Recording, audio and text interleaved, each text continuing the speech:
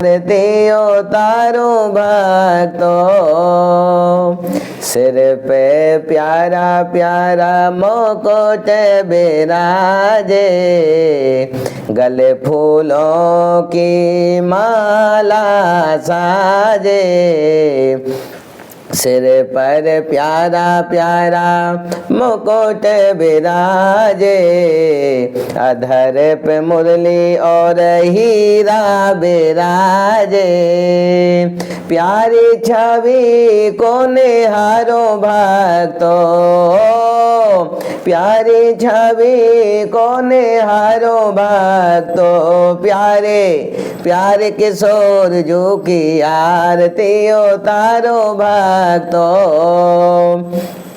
पन्ना में प्रभु आप बिराजे, पन्ना में प्रभु आप बिराजे, आप बिराजे कान्हा आप बिराजे, भक्त जनों के तुम रखवारे, कमल नयन के प्राणों से प्यारे, प्राणों से प्यारे कान्हा प्राणों से प्यारे, प्यारी छवि को निहारो भक्तो, प्यारी छवि को निहारो भक्तो, प्यारे प्यारे किशोर जो की आरती उतारो भक्तो। बहुत बढ़िया। देखिए ये होती है रचना। ये कमल नैन जी हैं, ये किसी वैसे इनकी कोई वो इसके मोहताज नहीं है। पन्ना जिले में तो ये जाने पहचाने जाते हैं, जहां ना जाने पहचाने जाएंगे वहां हम अपने इस खास प्रोग्राम से जान पहचान करा देंगे। हाँ जी, तो कमल नैन जी आपने ये आरती बनाई, आप एक कोई और भजन जो आपका हो उसकी 2 लाइन सुनाएं जरा। जिसकी लगन ठाकुर जी के चरण में होती है उसका आनंद होता है, इसके बारे में मैं कहता हूँ। जिसकी लागे रे लगन भगवान में, उसका दिया जलेगा तूफान में। जिसकी लागे रे लगन भगवान में, उसका दिया जलेगा तूफान में, उसका दिया जलेगा तूफान में, उसका झंडा फहरेगा संसार में। जिसकी लागी रे लगन भगवान में, उसका दिया जलेगा तूफान में। बहुत अच्छे।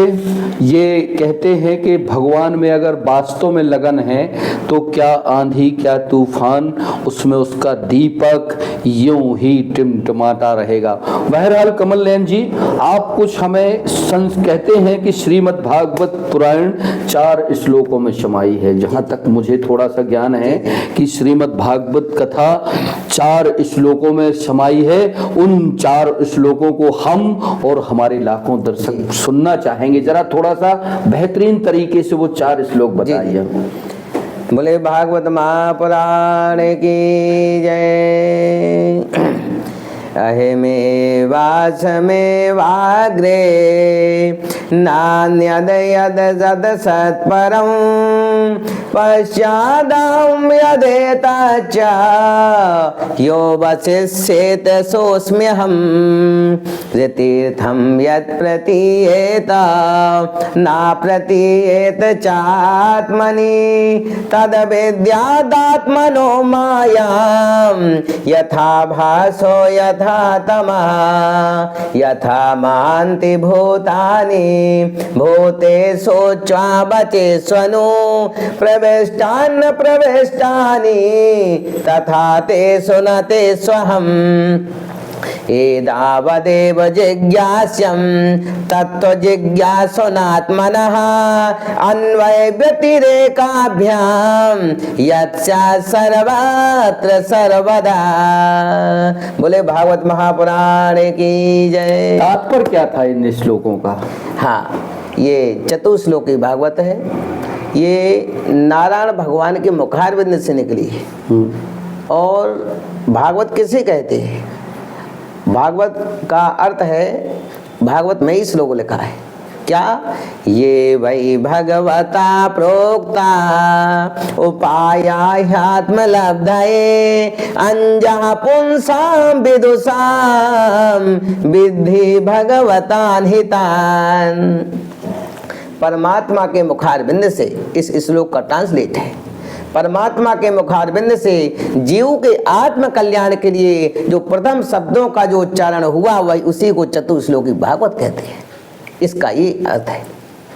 अच्छा कमलनयन जी, आपकी हमने वाणी सुनी, निश्चित ही आप एक कर्मठ अच्छे सुसंस्कृत ब्राह्मण ही नहीं बल्कि आपकी वाणी में मिठास भी है और आप विद्या से पारंगत भी है। हमें आप ये बताइए कि आज की इस परिवेश में, इस दौड़ती भागती जिंदगी में कथा एक व्यवसाय बन गया है। जी जी।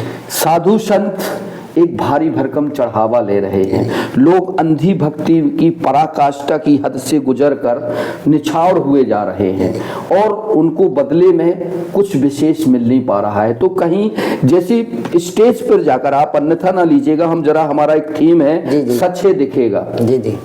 सच है दिखेगा, हम वही दिखाते हैं और मीडिया का काम जो एक बिल्कुल स्वतंत्र होता है, पारदर्शी, उसके तरह हम काम करते हैं। जैसे उस व्यास गादी पे बैठते हैं संत विदुषी महिलाएं, कहती हैं कि आप मोह माया त्यागिए, आप इससे विलासिता से, पैसे से, इससे उससे दूर भागिए। वो खुद ही उसका उपयोग करती हैं। ये कहाँ तक है?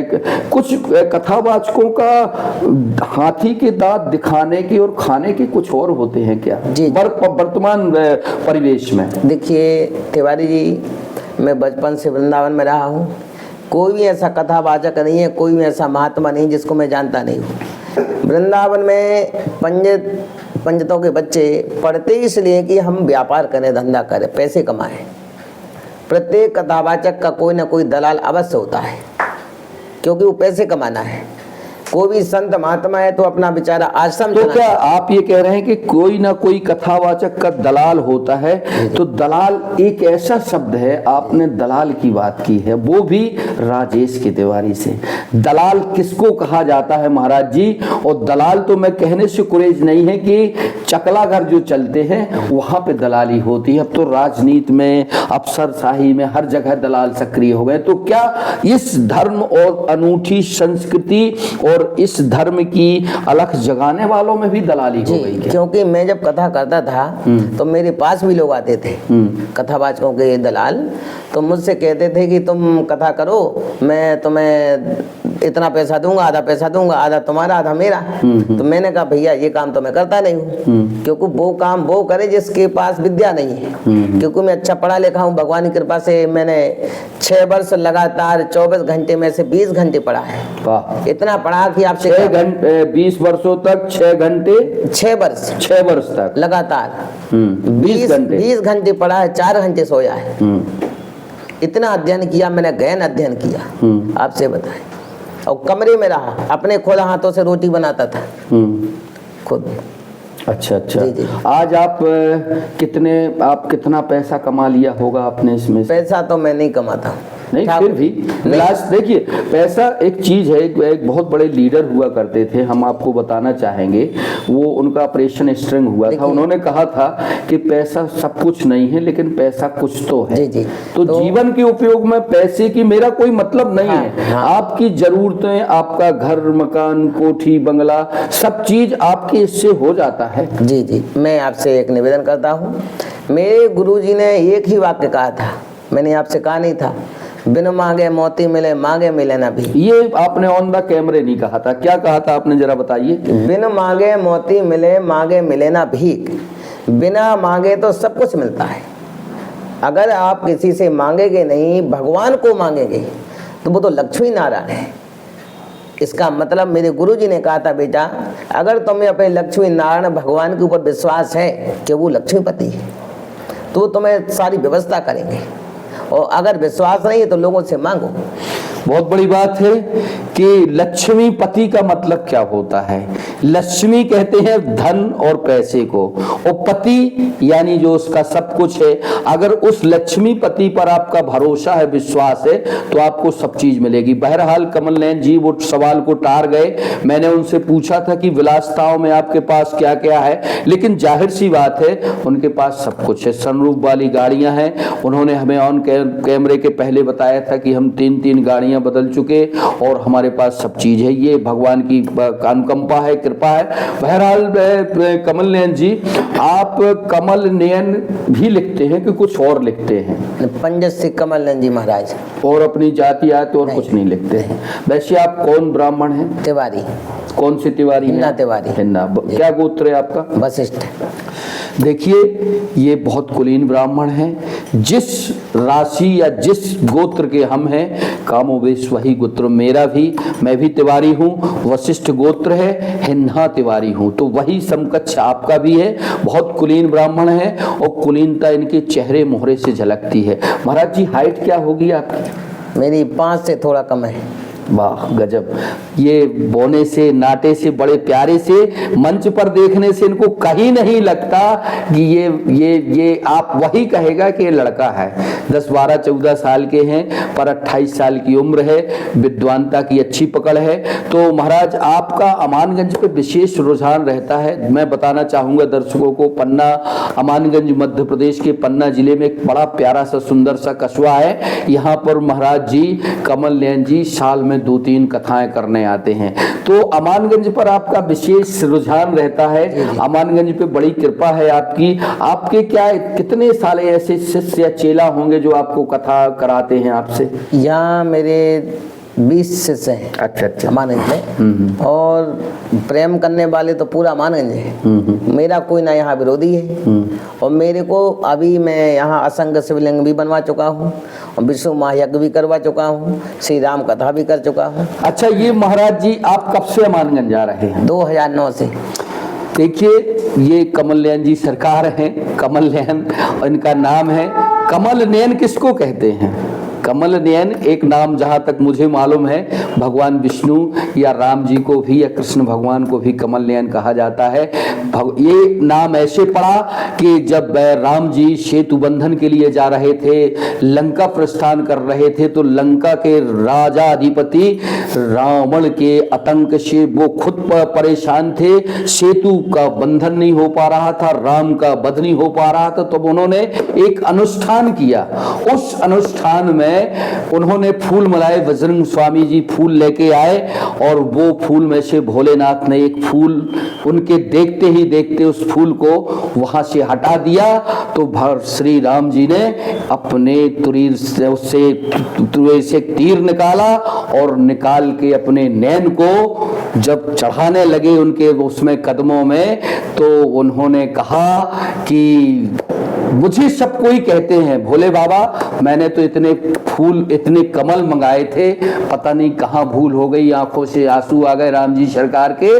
तो उन्होंने कहा कि सब कोई कहते हैं कि आप कमल नयन हैं, कमल नयन है। तो जैसे उन्होंने नयन को भेदने के लिए, चढ़ाने के लिए वो तीर निकाला, वैसे ही भोलेनाथ जी ने हाथ पकड़ लिए। तो ये कमल नयन की मैंने बात की।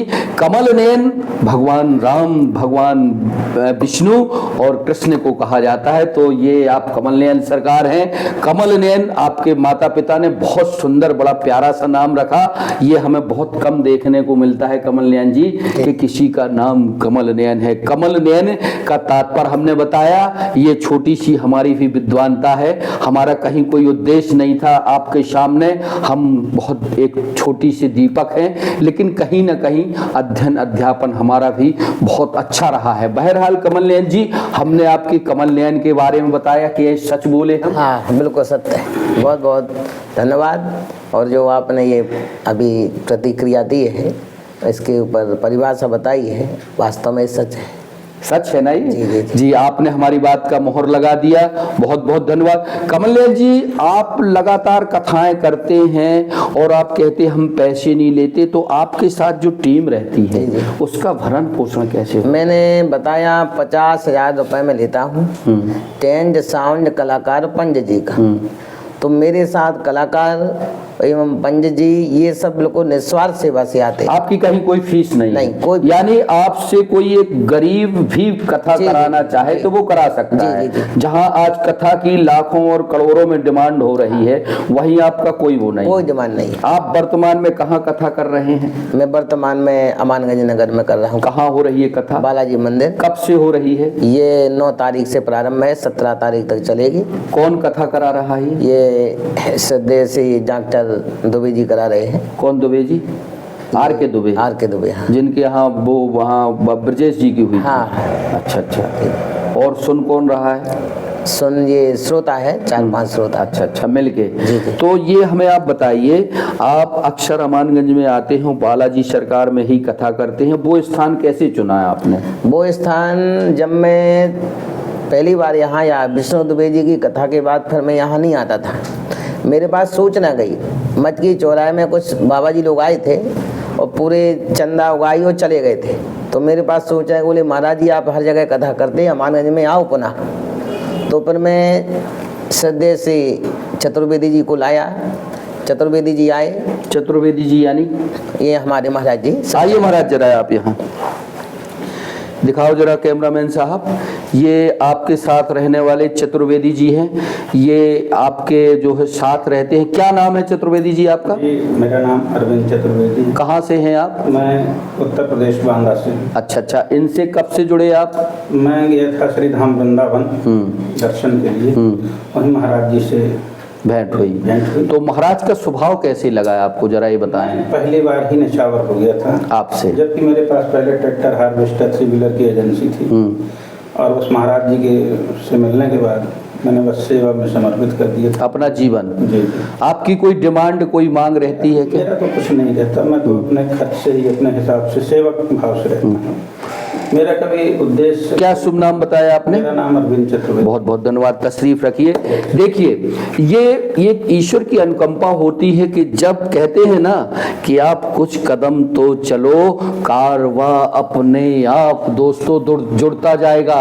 कमल नयन जी ने उंगली पकड़ के चलना ही सीखा था और दौड़ते दौड़ते कारवा रफ्तार पकड़ गया, और रफ्तार ऐसी पकड़ी बहनों और भाइयों की ये इनके पास अभी हमने अपनी स्क्रीन पर जिनको मिलाया, चतुर्वेदी साहब, ये उत्तर प्रदेश के बांदा से बिलोंग करते हैं। वो कह रहे हैं कि हम निछावर हो गए।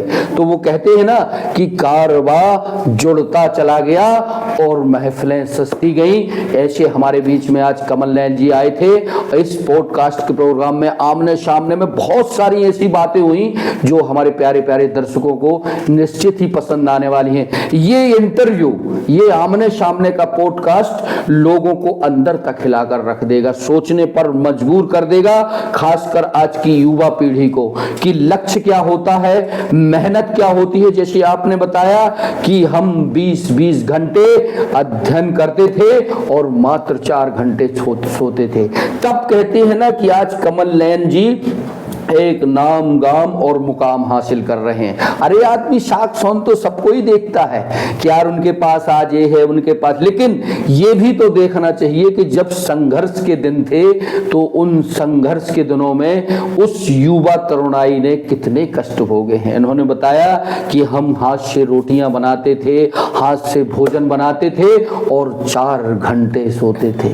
ये है दोस्तों मेहनत, इसी को कहते हैं मेहनत। और जब मेहनत अच्छी हो जाती है ना दोस्तों, बहनों और भाइयों, तो दाम नाम काम और मुकाम सर चढ़ के बोलता है और प्राप्त होता है। तो कमल नयन जी, मेरा एक सवाल और है आपसे, बस बहुत लंबा खिंच गया प्रोग्राम, क्योंकि आपसे बात करने का सिलसिला बहुत कुछ है और हम इसलिए इसको थोड़ा सा लंबा कर रहे थे कि आप हमारे जिले के हैं। हम बहुत से लोगों को तजब्बो देते हैं, लेकिन अपनी माटी और अपने क्षेत्र के लोगों को मोबिलाइज करना भी हमने ठाना है। हम यह भोपाल और दिल्ली और बंबई में रह के भी चला सकते थे इस कार्यक्रम को, लेकिन हमने क्यों चुना?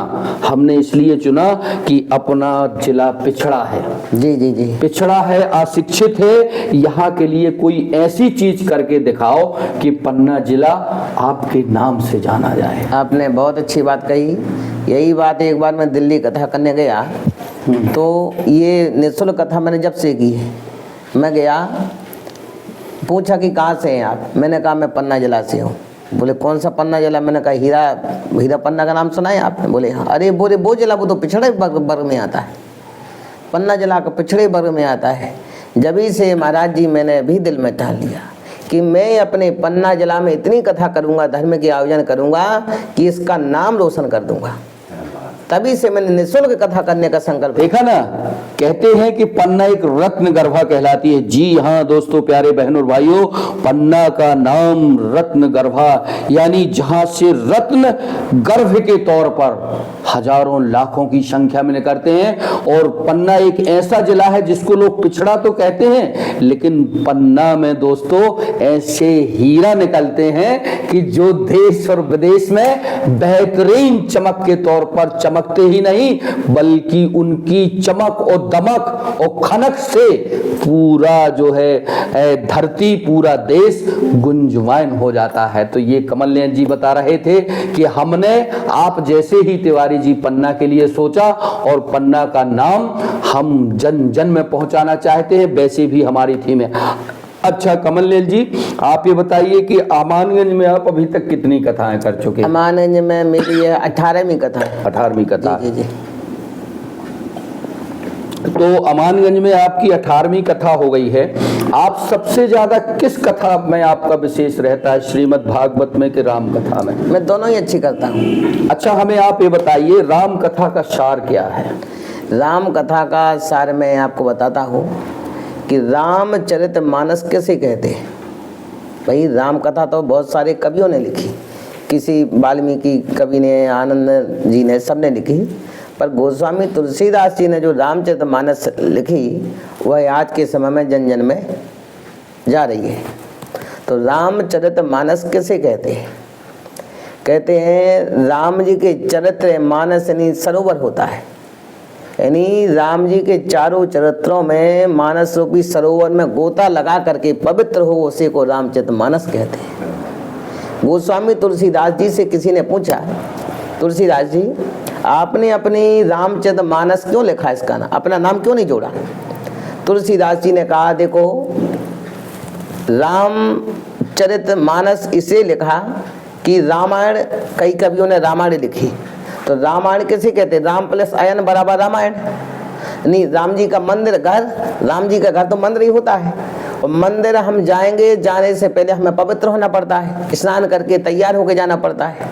बिना स्नान के तो हम जा नहीं सकते, पवित्र अपवित्र। इसलिए तुलसीदास जी ने कहा कि मैं जो पवित्र हो गए हों वो रामायण में प्रवेश करें, और जो पवित्र नहीं हुए हों वह आकर के रामचरित मानस रूपी सरोवर में गोता लगा करके पवित्र हो जाएं, तभी उनका कल्याण होगा। वाह, देखिए रामचरितमानस का पाठ हम भी करते हैं। हमें भी बहुत बाबा गोस्वामी तुलसीदास जी ने जो दोस्तों, प्यारे दोस्तों, बहनों, भाइयों, रामचरितमानस लिखा है ना, और लिख के जो एक अमूल्य धरोहर हम आपको सौंप गए हैं विरासत के तौर पर, उसका अध्ययन निश्चित ही करना चाहिए। घर घर में अगर रामायण हो और उसके पाठ हो, उसके श्लोकों का, उसके दोहों का या उसके सोठों का अगर पाठन पठन किया जाए तो निश्चित ही इस कष्टदायी जीवन और संघर्षमय जीवन से छुटकारा तो मिलता ही, साथ ही जीवन जीने की एक कला भी प्राप्त होती है। तो रामचरितमानस में कोई ऐसी बेहतरीन चौपाई या श्लोक हो जो दिल को छू जाता हो? जी अभी कहते हैं, तुलसीदास जी ने लिखा है कि भव सागर चहे पार जो पावा, श्री राम कथा का दृढ़ नावा। भव सागर चहे पार जो पावा, श्री राम कथा का दृढ़ नावा। वाह, क्या इसका शाब्दिक अर्थ है? इसका भावार्थ है कि भव सागर चह पार जो पावा, श्री राम कथा तह कह दृढ़ नावा। जो भव सागर से पार होना चाहते वह रामचरित मानस, वह भव सागर इन्हीं गोता लगा करके उस पार हो जाएगा। बहुत अच्छी बात।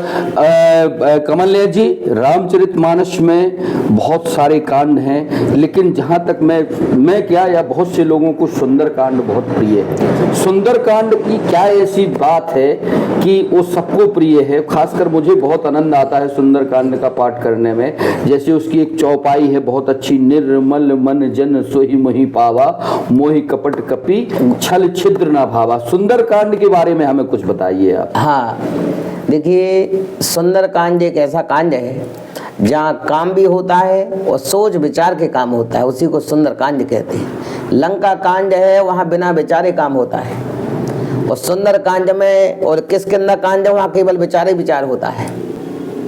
और सुंदरकांड में विचार भी होता है और काम भी होता है और कार्य। तो क्या अगर सुंदरकांड का व्यक्ति, जैसे हमने भी अपने जीवन में सुंदरकांड का पाठ किया बड़े मन से, तो हमें तो प्राप्त हुआ है, इसमें कोई कुरेज नहीं है।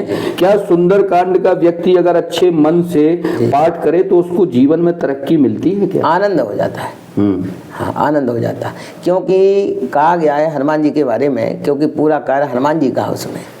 हनुमान जी ने सारा कार्य राम जी का कार्य किया, और राम जी एक अपने कर्तव्य कर्म करने जा रहे थे।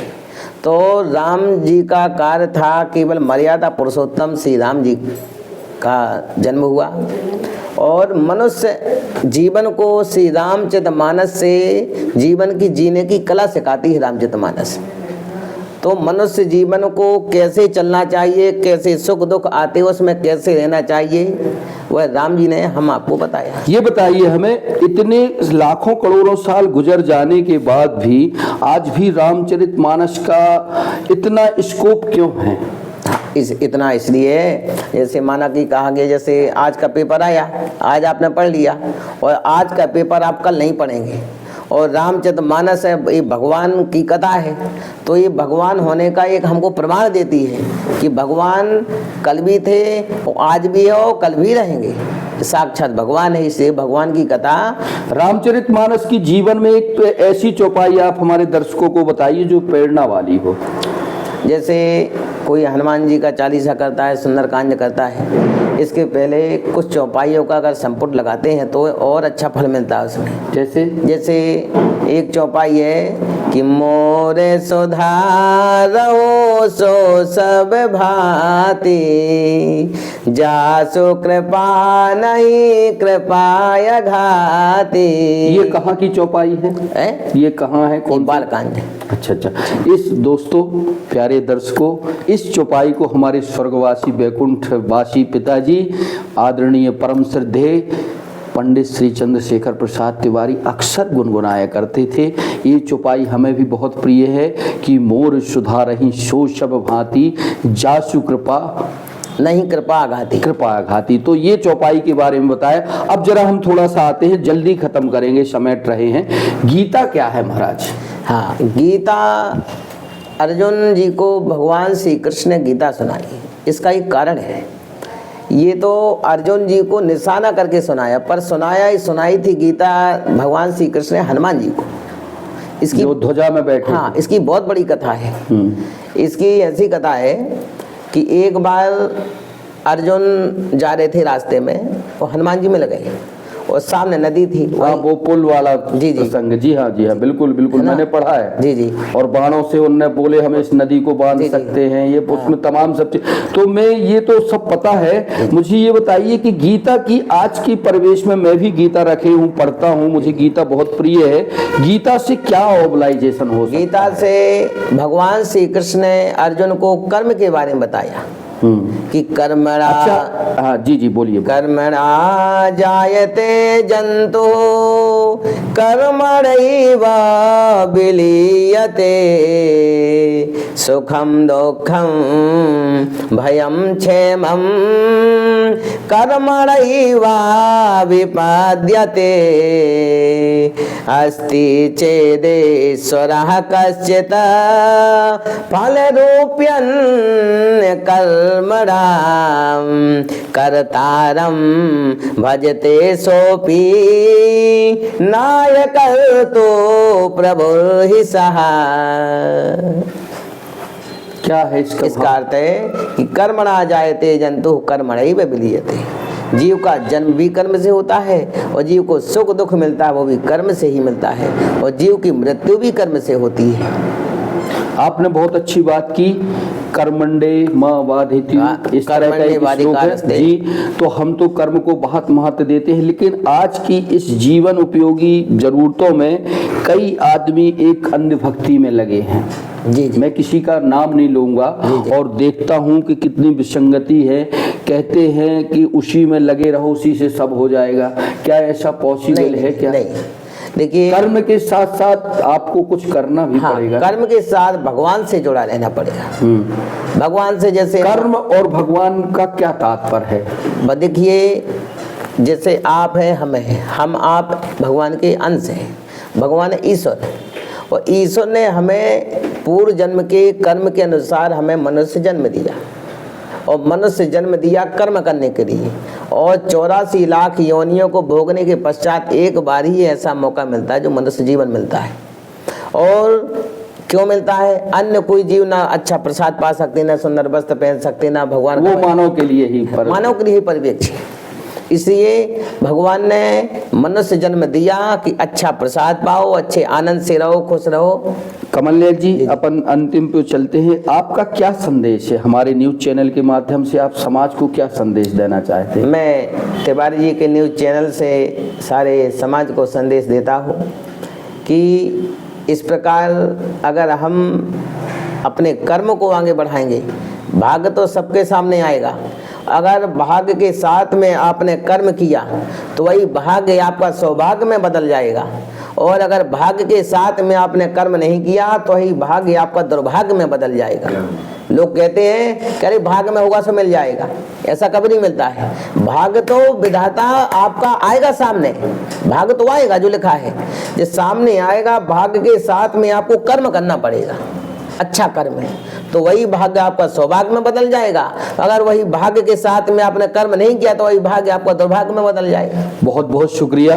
न्यूज 9 लॉन्चर पर राजेश की तिवारी राज के साथ आज बहुत ही बेहतरीन वातावरण में, एक बहुत ही खुशनुमा माहौल में आज हमने अपने पॉडकास्ट के प्रोग्राम में, इस विशेष प्रोग्राम में, जिसे हमारे बहुत सारे ढेर सारे दर्शक देखते हैं, सुनते हैं और शेयर करते हैं। आज कमल नयन जी हमारे स्टूडियो पधारे, हमने उनका स्वागत किया, वंदन किया, अभिनंदन किया, साथ ही उनसे उनके जीवन के बहुत प्यारे से बहुत बेहतरीन सवाल पूछे, जिनका उन्होंने हमें बड़ी ही शालीनता से, बड़ी ही सुसंस्कृति से और संस्कारवान तरीके से हमारे दर्शकों को हमारे सवालों का जवाब दिया। हम कमल जी महाराज अपने न्यूज चैनल के लिए भी आपसे कुछ चाहते हैं। हमारा प्रोग्राम और हमारी वाणी और हमारे शब्द और हमारे प्रश्न कैसे रहे आपके लिए? हाँ, मैं तिवारी जी की जो वाणी है ये साक्षात माता जी की कृपा है। मैंने अनुभव किया है क्योंकि मैं ठाकुर जी की कथा करता हूँ, मंच में बैठता हूँ। ये बिना माता जी की दैवी शक्ति के, बिना कृपा के, ना इस प्रकार की आप धारा प्रवाह कोई वाणी बोल सकता है, ना इस प्रकार का कोई क्वेश्चन कर सकता है, और ना इस प्रकार का उसमें दिमाग हो सकता है बिना माता जी की कृपा से। साक्षात यहाँ जगत जननी की कृपा है, मैंने यह अनुभव किया है।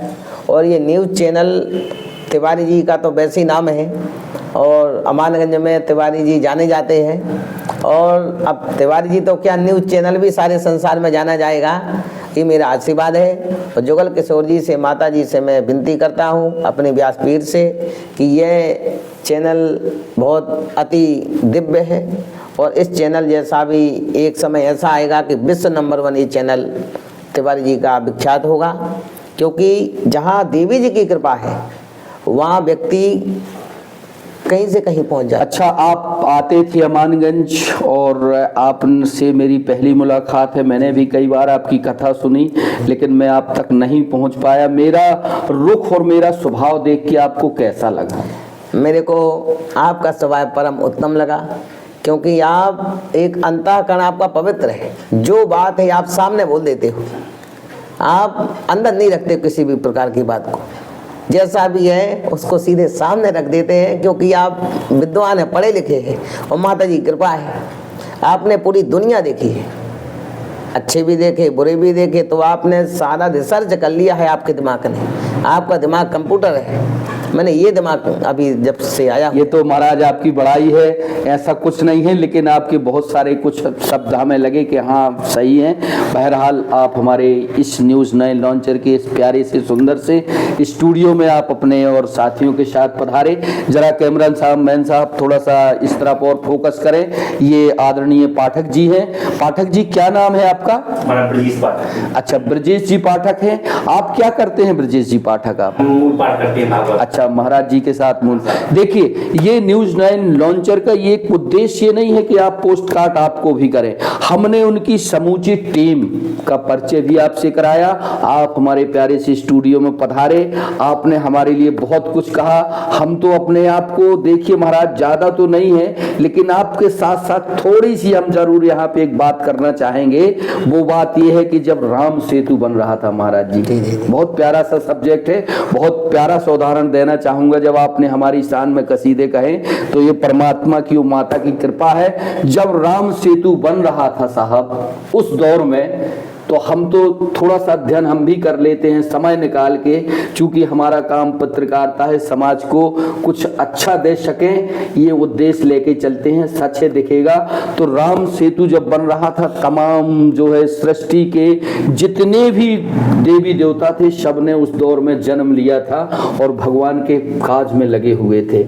माता सीता जी लंका उस पार थी और बिछोह था, राम से मिलने की या बिछुड़ने की बहुत बड़ी पीड़ा थी। तब भगवान वो कैसे सेतु पार हो, उस दौर में गणेश जी ने पूजन हुआ, गणेश जी ने बताया, भोलेनाथ ने बताया, फिर राम सेतु बांधा गया।